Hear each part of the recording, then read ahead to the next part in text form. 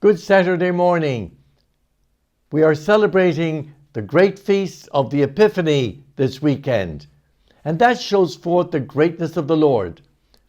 I had, as many of you may know, family in town with young children, and they decided to go sledding in the mountains.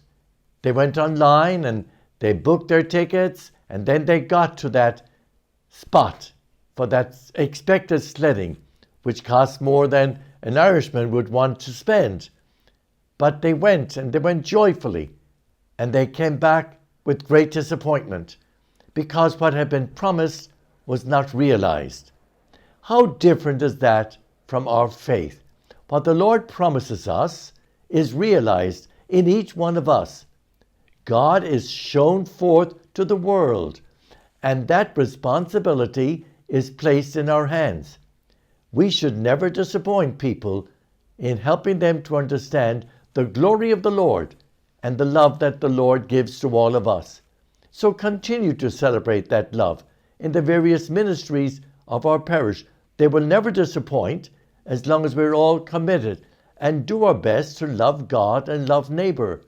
As we begin to move on from the actual Christmas scene, Christmas will not end until after the baptism of the Lord, celebrated next weekend. And as we move on, let us promise to those around us that we will show forth that gift.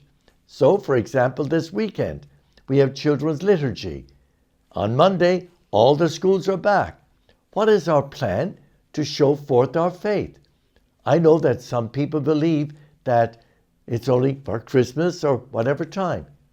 It is always. We live our faith every single day, and I'm proud of you as you do that. All of the wonderful people we had who came to worship with us. Many of them were with their families for Christmas or coming home now.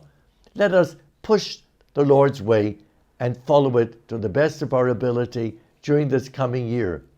I love you all.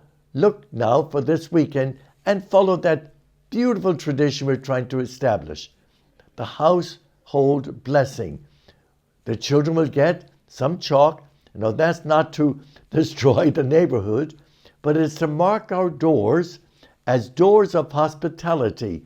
That's what God does for us in revealing God's only Son to be our Savior and the Savior of the whole world.